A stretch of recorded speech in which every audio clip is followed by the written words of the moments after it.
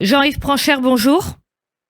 Bonjour, merci pour votre invitation. Vous êtes vice-président du département de sciences politiques de l'Université libre de Bruxelles, auteur entre autres avec Justine Lacroix de Les droits de l'homme rendent-ils idiots, paru aux éditions du Seuil. Vous êtes basé à Bruxelles, vous suivez avec beaucoup d'acuité ce qui agite le débat politique en France et vous êtes intervenu à de nombreuses reprises concernant les questions d'antisémitisme à gauche, notamment dans le débat public. Alors pourquoi ces manifestations d'antisémitisme sont-elles déjà si importantes à vos yeux pour comprendre l'évolution politique et sociétale de la France et plus spécifiquement de ce qui se passe à gauche ? Alors, il y a deux choses. C'est important en général parce que l'antisémitisme est un révélateur, disons, de l'état d'une société politique et de son orientation. Et ça, depuis, j'ai envie de dire, depuis les débuts de la modernité. Et il y a un problème ici qui est tout à fait redoutable, qui est qu'il y a, pourrait-on dire, toujours eu une sorte de connexion entre l'antisémitisme et le nationalisme ou l'État-nation, et d'autre part le souci d'homogénéité. Et donc il y a un lien entre un lien vraiment intrinsèque entre l'antisémitisme et la montée de mouvements autoritaires ou illibéraux. Et ensuite, je m'y intéresse particulièrement dans le cas de la gauche, puisque politiquement, je me situe à gauche, je me situe comme un défenseur de la démocratie sociale, et qu'il m'importe énormément que la gauche soit absolument au clair là-dedans. Or, il se trouve que la gauche est elle-même travaillée depuis un certain temps par des tentations illibérales et par des aspects confusionnistes qui ont été analysés par Philippe Corcuche, par exemple, et que les relents antisémites que l'on observe dans certains discours de Mélenchon ou du côté de LFI sont un indice de confusionnisme et de contamination de la gauche par des idées illibérales, ce à quoi j'accorde une extrême importance. Jean-Yves Pranchère, ce qui a fait l'actualité en France ces derniers jours, c'est cette invitation faite à Médine, déjà aux universités d'été d'Europe Écologie Les Verts, et aussi par LFI. Europe Écologie Les Verts a organisé un colloque, notamment en invitant le président du CRIF, celui de l'UEJF, parlant de la lutte contre l'antisémitisme à gauche. C'est loin d'être le cas de la France insoumise. Pourquoi est-ce que tous les deux, finalement, se retrouvent-ils sur le fait d'inviter Médine ?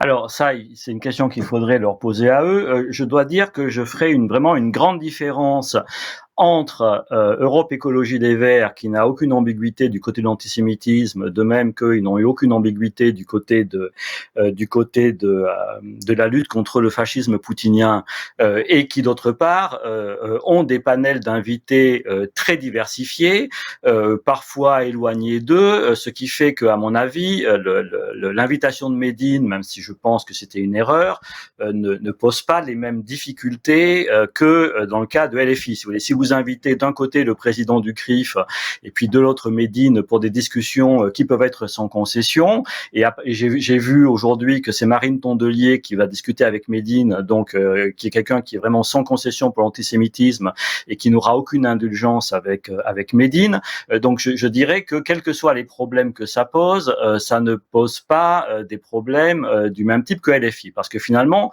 le problème le plus grave, ça n'est pas tellement finalement est-ce que Médine est invité, c'est qui va lui parler, c'est-à-dire qui va discuter avec lui, et est-ce que la personne qui va discuter avec lui est quelqu'un qui a les idées claires sur l'antisémitisme et qui sera capable d'avoir les paroles justes et de mener une discussion sans concession.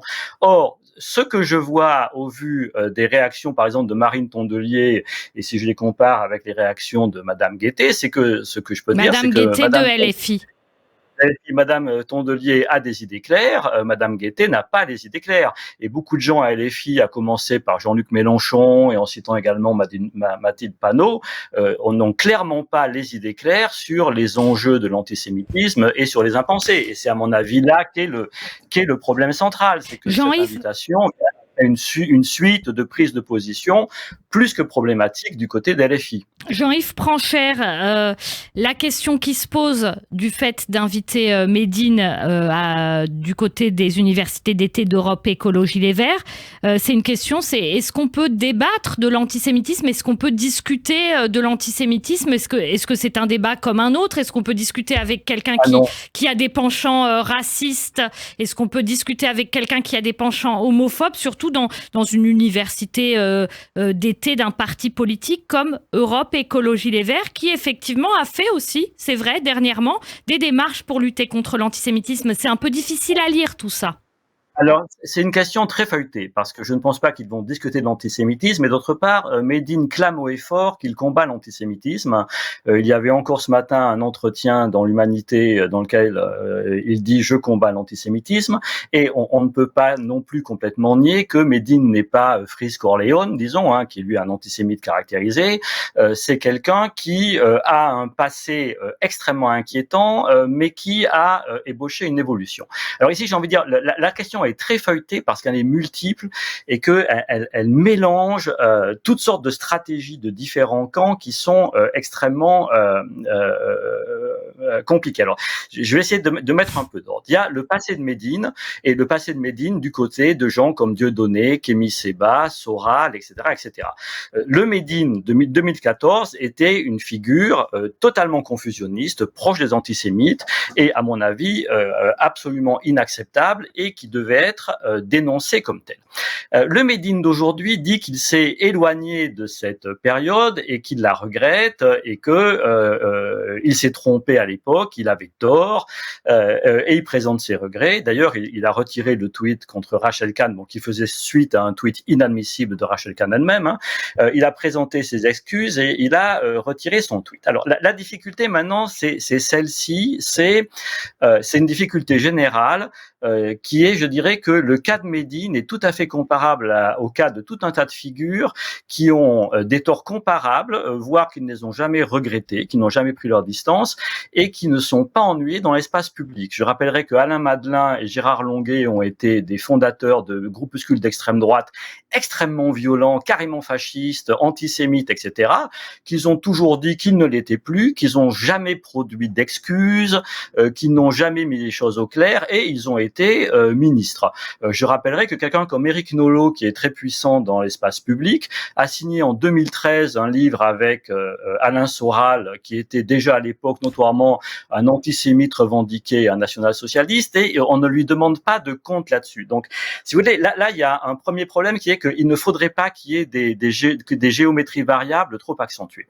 Maintenant, il y a un deuxième problème qui est le type de distance que Médine prend avec.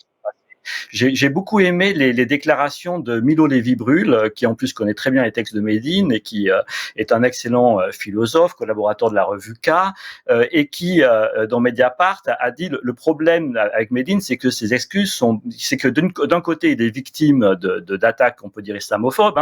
En entendant par islamophobe, je n'oublie pas les travaux d'Isabelle Claire-Simon, une chose très précise, qui est le fait de traiter les musulmans comme des citoyens qui n'ont pas les mêmes droits et les mêmes devoirs que les autres et qui seraient régis par un régime de suspicion spécifique qui fait qu'il faut tout le temps se justifier d'être musulman. Bon. Il dit, mais en même temps, son rapport à son passé, il est trop timide. Et c'est ce que j'ai vu également dans l'interview de l'Humanité ce matin.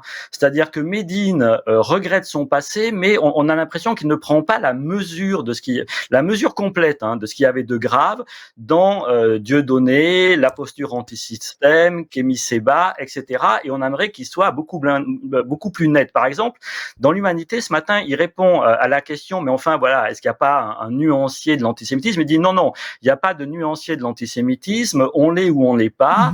J'ai jamais condamné, je le suis pas. Or, je pense que là, il faut répondre que, et c'est ça qu'on aimerait que ELV et ELV peut, LFI, je ne sais pas, parce qu'LFI est sur les mêmes positions, explique à Médine, c'est que si il y a un nuancier de l'antisémitisme et il y a une sorte de continuum ou de dégradé qui fait que il y a des formes insidieuses d'antisémitisme qui ne sont pas de la haine directe ou de l'appel à la violence directe, mais qui tiennent au fait que l'on répète ou que l'on partage des tropes, ce qu'on peut appeler des tropes antisémites, ce qui fait que du point de vue de ses intentions, on peut se dire mais je ne suis pas du tout antisémite, je n'ai aucune haine des juifs, je ne leur veux aucun mal, etc. Et en même temps tenir un discours qui continue à diffuser de l'antisémitisme.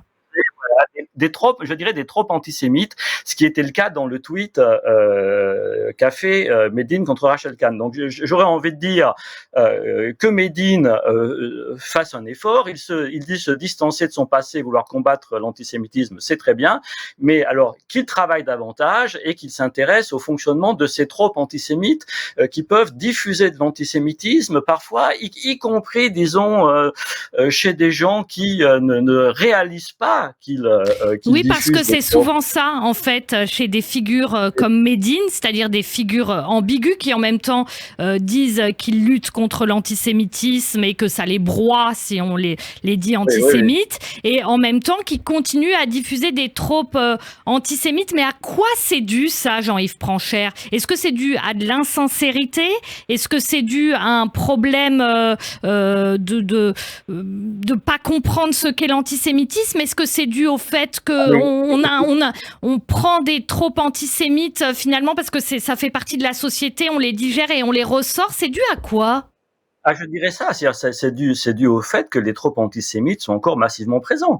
Je veux dire, lisez les livres de Zemmour, qui pourtant, dont beaucoup de gens vous diront il n'est pas antisémite car il est juif, ils sont bourrés, mais littéralement bourrés de tropes radicalement antisémites. Et vous avez une diffusion absolument, si vous voulez, alors même que les juifs ne sont plus nommés ou ne sont plus visés. Et parfois, par exemple, je vais prendre un exemple qui peut choquer, mais le trope du séparatisme et du communautarisme. Historiquement, c'est un trope antisémite. Je veux dire, tout le mot racisme au XXe siècle a fait un seul reproche aux Juifs, c'est une communauté endogame séparatiste. Bon, à quoi s'est ajouté, alors, ce qui ne se trouve pas dans les sujets actuels du séparatisme, le fait qu'ils dominaient le monde parce qu'ils étaient riches, ils dominaient la culture, etc. Et vous avez des tropes antisémites, et qui sont historiquement liées à de l'antisémitisme, à l'idée de nation et au thème de l'homogénéité nationale, qui sont actifs absolument partout et qui sont extrêmement actifs à droite également, si vous voulez. Voilà, donc ça c'est un point. De ce point de vue-là, d'ailleurs, si vous voulez, on s'est beaucoup choqué à raison du tweet de Médine contre Rachel Kahn. Mais si vous lisez le tweet de Rachel Kahn qui avait précédé contre Médine, qu'est-ce qu'elle dit? Elle dit que Médine relève du traitement des déchets. Enfin, c'est quoi ce trope? Qui, historiquement, désignait des humains comme des déchets à traiter? Vous voyez? Enfin, et ce tweet est toujours en ligne. Là, il n'y a pas eu d'excuse, il n'y a pas eu de retrait. Je veux dire, c'est quand même la normalisation d'un vocabulaire, le vocabulaire qui traite les humains comme des déchets, qui appellerait un traitement, avec en plus l'effet d'euphémisation. Alors, je sais bien, il y a un jeu de mots avec les déchets en écologie, etc. Mais quand même, pourquoi est-ce que ce trope, lui, est accepté et passe? Vous voyez? Et des tropes comme ça, il y en a ça infuse, énormément. Ce que vous voulez dire, c'est que ça infuse dans la société finalement, et ça se répand dans tous les courants politiques, d'autant plus facilement que ça infuse en fait globalement dans la société. Je pense même d'ailleurs que il faudrait lire le tweet de Médine et le tweet de Rachel Kahn qui l'a précédé comme obéissant à un même registre discursif. Les deux tweets se situent dans le même registre discursif, c'est-à-dire un humour d'un goût, à mon avis, plus que douteux, dans un cas avec le vocabulaire du déchet à traiter, et dans l'autre cas, un humour inacceptable sur les rescapés. Mais si vous voulez, il y a une espèce de continuum entre ces deux tweets. Ils appartiennent tous les deux au même registre discursif et ils ont tous les deux le même fonctionnement. Merci. Et c'est ce qui m'inquiète beaucoup. Voilà. Merci beaucoup Jean-Yves Pranchère, vous êtes vice-président du département de sciences politiques de l'Université libre de Bruxelles, auteur entre autres avec Justine Lacroix de Les droits de l'homme rendent-ils idiots, paru aux éditions du Seuil. Merci beaucoup. Merci à vous.